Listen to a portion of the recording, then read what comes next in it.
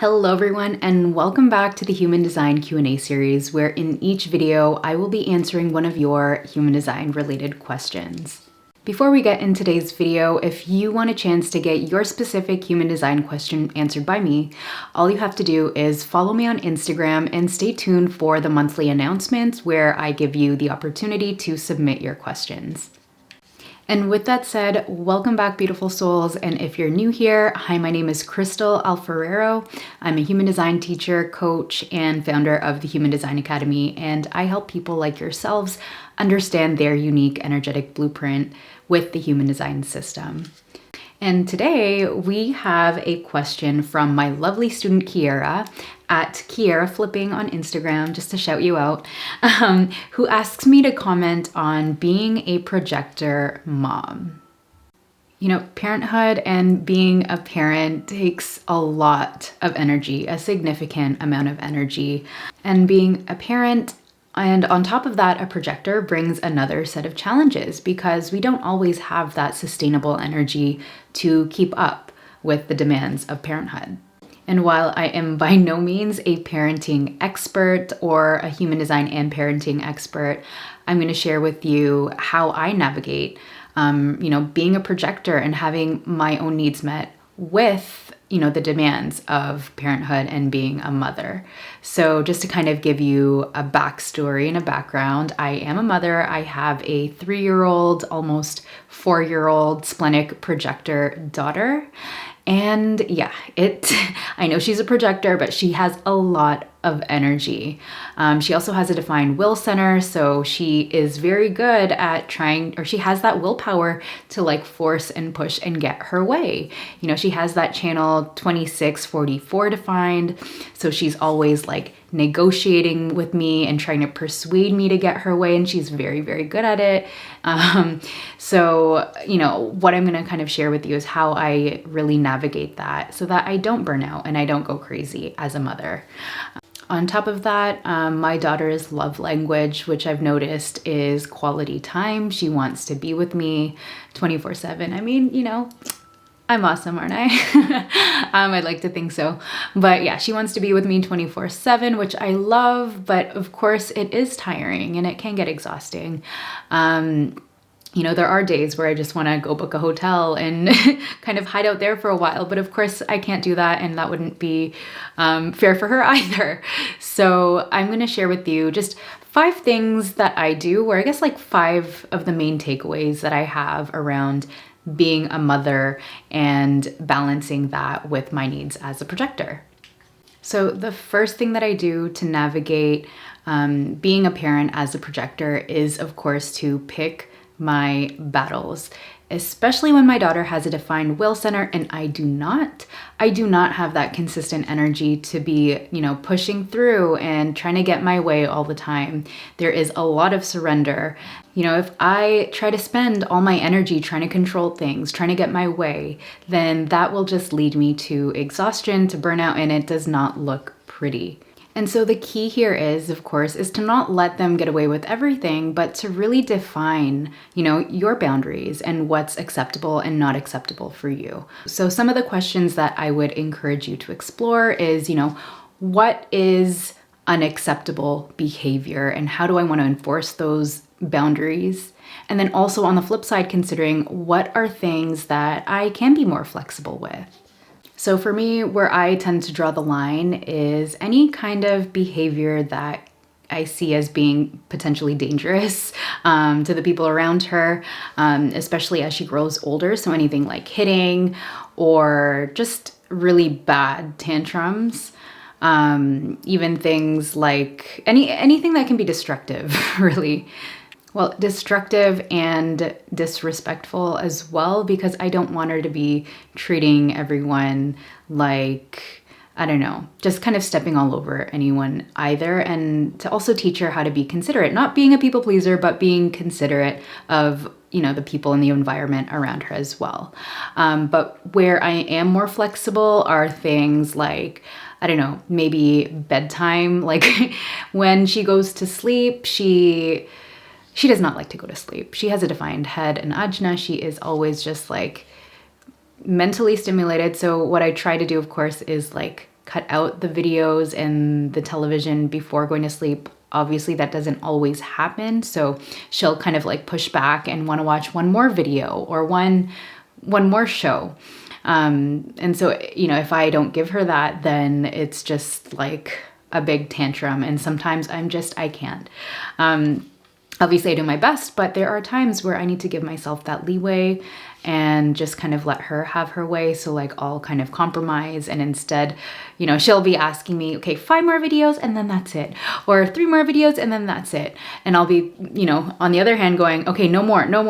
But eventually it gets to the point where it's like, okay, fine, you can have just 1 more video and then that's it. And then that's kind of where I draw the line. So then at least it's somewhere in the middle. And another case is like, let's say she, of course, with sweets and stuff like that, you know, I try to give her options, and I don't like to restrict, you know, sweets and stuff like that. I want her to have a healthy relationship with food, and not feel like there's good foods and bad foods. And so sometimes that might look like, instead of arguing with her about not having that extra piece of chocolate, just giving it to her, and then just continuing to move on from that. And for those that struggle with this, you know, I know there's a lot of fear around being seen as a bad mother if you do those things, but, you know, I invite you to reflect on that fear, why you might think that, and really give yourself that compassion and grace, right? I'm going to get into this later, but, you know, we can't always be controlling things. Otherwise, we just kind of burn ourselves into the ground, and then it manifests into other problems for us as well. And that, you know, for example, if we're parenting from the state of burnout, you know, we're more irritable, we're more likely to have these outbursts that we probably don't want to have. So finding that middle ground is very important, right? Who gives what other people have to say, right? So that's it. And yeah, I just wanted to wrap that up with, you know, where can you show yourself more self-compassion and self-trust, and knowing that it's okay if we're not perfect. It's okay if we don't have control over everything. You know, there are times where we're going to have to pick our battles, and it's just important to know that. So the next thing that I've done is to build a list of low-key activities, kind of like go-to low-key activities, and also shared interest activities, so that, you know, when your kid does want to play with you, you have some things that you can rely on when you don't have the most energy in the world. Of course, I believe that if you do not want to play with your child, you don't have to do it all the time. It's good to also, you know, give them that independence to do things on their own and to set those boundaries as well. I think they learn a lot that way. They gain a lot of independence that way. But then, of course, like there are going to be times where, you know, for me, my daughter's love language, like I mentioned, and if you're not familiar with the love languages, just Google search 5 love languages by Gary Chapman. And you'll kind of learn all about that there. I'm not that expert, but basically my daughter's love language is quality time. That's how she likes to express her love. That's how she likes to receive it. And so for me, it's really important that I give that to her as well. And so, of course, I don't have that sustainable energy to be like running around and playing tag and hide and seek all the time. Oh my goodness. She loves those games, by the way. But, it's about compromising and finding those things that, you know, are maybe a bit more low-key for you, but your child enjoys as well. So what that looks like for us is like coloring or painting or rock, paper, scissors. That's a good one. And then even playing doctor. Like I just like to sit down like a patient, and she'll just pretend to do her like little analysis on me. Sometimes even tea time, she'll just make me sit in a chair. And yeah. Just things that are a bit more low-key, that don't require you to be like running around all the time, but still, you know, allows you to show that you're there for them, that you want to spend time with them as well. Another thing is like the shared interests. So we both are very much like explorers. We like to go outside. We like to walk around the city. So we go on like day trips sometimes down to the city in Barcelona, or we'll go to the park, we'll walk around, and that's kind of good for both of us. Like even I need to get out of the house. Even if there are times where I don't want to, I think it's good for me. I know it's good for me. And it's really really good for her as well. So anything that's like shared between both of you, whether it's high activity or like high energy, low energy, building that list. So like literally when you can't think of something to do and you're tired, or you just, you're just trying to navigate that, just make a notepad thing, make notes on your phone and just have that running list there, and you can continue to add on to it or edit it. I feel that takes a lot of pressure off of me just saying no, that I don't want to play tag, or like, no, I don't want to be running around all day. It just takes off a lot of pressure, and you have that go-to list. The next thing that is absolutely key for me as a projector mom is to get reinforcements. Like, I cannot do this alone. And of course, I'm gonna preface this with get reinforcements if you have that privilege to do so. I know that there are single mothers out there, there are single parents out there that don't have that privilege. But if you do, then I highly recommend to not be afraid to ask for help, whether that's a partner, a friend, a grandparent, anything that you can do to even give yourself that hour of time. I know like some gyms even have daycare centers where you can like leave them for the hour while you go and work out. Looking at different opportunities there. For us, what that looks like is my daughter goes to her grandparents' place like every other weekend. So we have that time to just like recover. And honestly, sometimes those days are just spent at home, like cleaning. Some other times it might be spent going on a date night, doing what it is that you need to do to recover, to regenerate, to resource your energy again, so that when you do come back, when you are with your child again, you feel refreshed. You want to be with them. You enjoy that time with them. You don't hold that resentment that you're always there. And I think that's really, really important as well. And even when I have a lot of work on my plate, or if I have like evening calls, I can't obviously have my daughter around because she will like pound on the door. I get my husband to just go take her to the park. So, think of just little ways that you can get your me time, that you can get that additional support that you need, like call that in. And do your best to, given the resources that you have, to give yourself that leeway, that space as well. Because we now know, especially as projectors, that there is no pride in being the martyr and just overextending ourselves in order to, be the best parent, be like X, Y, and Z. Obviously, we're all trying our best. But it is very important to give yourself that space and time to be by yourself, to regenerate, to resource yourself, to, take care of your energy, nurture your energy, and not self-sacrifice.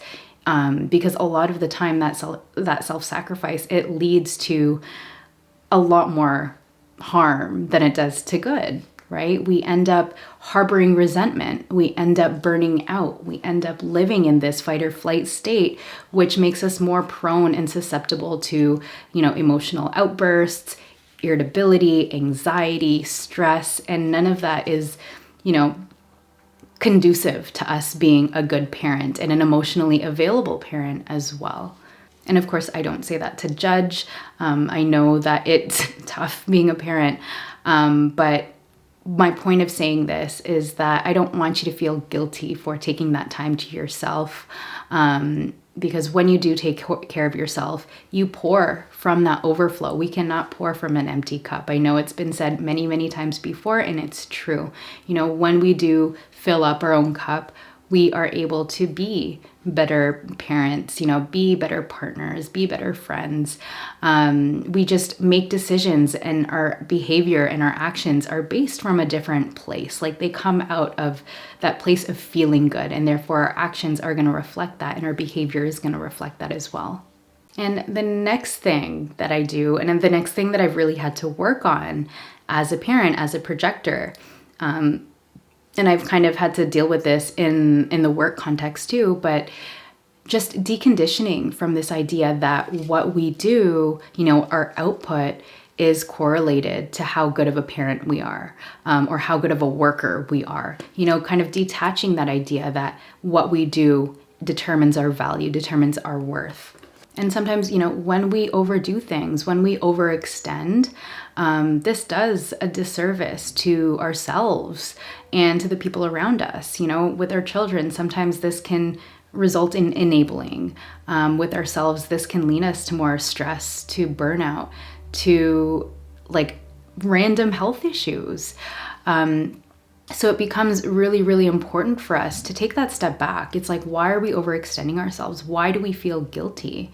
There's a lot of deconditioning around that mindset that pushes us to do more, that pushes us to feel guilty if we take a break or if we put our boundaries in place. So, we really do have, or at least I've had to do a lot of work around that. So I grew up with a parent whose love language was acts of service. And this resulted in them pretty much like overextending themselves, overworking themselves, not carving out that time of day to like really work on their mental health, their past traumas and how that affected them. And of course, that's to no fault of their own at all. Back then there weren't half as many resources around mental health and, things that we could do to, there was still that stigma around mental health, and there weren't as many tools and acceptance around that. So, they did the best that they could. But now that we do know this, it is really important to decondition around this idea that acts of service is the only way to express love as a parent. Going back to the 5 love languages, there are 5 primary ways that we tend to express love. And I mean, we all need a balance of them, I feel, to a certain extent. And especially as a parent, it's important that we show our kids, all of these to a certain degree, to the best of our abilities. And that's, physical touch, affection. We have acts of service. And of course, like doing what you can, given the energetic resources that you have. What else? Giving and receiving gifts. So gifts is one. We don't have to do that. It can be like small tokens of appreciation. And then the 4th one is quality time. And then the last one is words of affirmation. So telling your child, I love you, telling them how much you appreciate them, telling them what it is that you're proud of, being open and communicative like that. There's different ways that we can show love and receive love. And when we are only focusing on acts of service and we're overextending ourselves, we're violating our own boundaries. We end up not having enough energy to show love in different ways. We might be resistant to showing love in different ways. Or if we have, other health issues or maybe past traumas that we also need to deal with and we're not giving ourselves that space to deal with, we're unable to maybe give that physical affection or receive that physical affection. And so just kind of understanding the different, types of love or different acts of love and languages of love is something that has been very enlightening for me as well. And it's important, again, to just decondition that from the idea that the only way to be a good mother or good parent is to do everything physically possible and overextend and self-sacrifice for your child, because that's not true. And what I've experienced with a parent whose primary love language is acts of service is that this, in not just acts of service, but really overextending themselves in order to express this and overexhausting themselves, is that this manifested in like emotional instability, emotional outbursts. There were a lot of time, like this has affected me that affected me for a very long time in my life. It also resulted in me receiving that judgment and being seen as lazy. And therefore also judging myself, because it's like, why don't I have the energy to do these things? Or like, why don't I have that drive to do these things? And not understanding, which is why human design has been very insightful and helpful for me into deconditioning around that idea that my worth and, is tied to my productivity and tied to what it is that I do. It's also resulted in, that lack of being able to show and give affection. I think that was a huge thing that I kind of lacked in my childhood. And I had to work really hard to be able to show that myself, to be comfortable with showing that myself and expressing that myself, and also even receiving that myself. So there are a lot of ways that being in that burnout state, being in that constant fight or flight state can affect the way that we treat the people around us.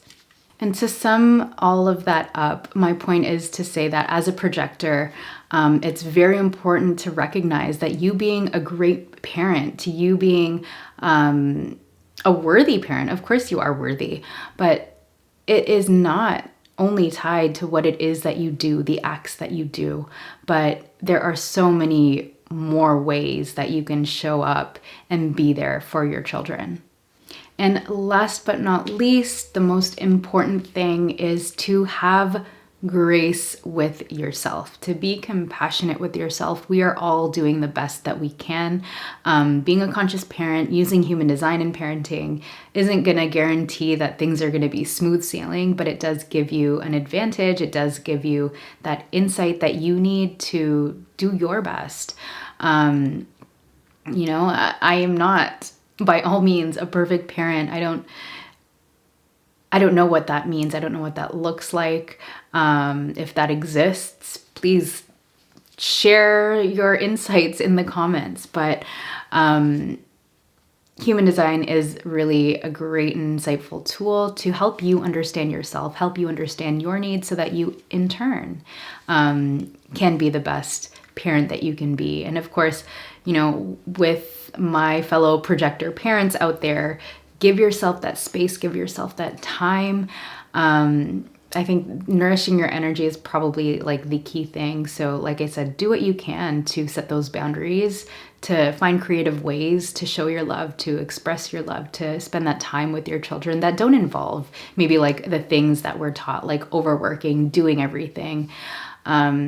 And then that's where you'll find that middle ground, that happy place. So again, it's a journey. I'm in this journey with you.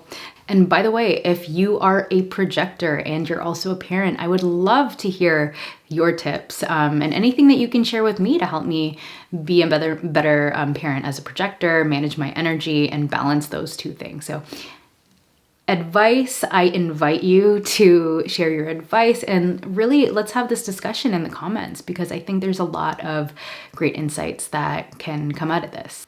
Now, that's all for today. If you found this video helpful, I would be so grateful if you could hit that like button and share this video with anyone who you'd like to share some insights around being a projector and a parent with.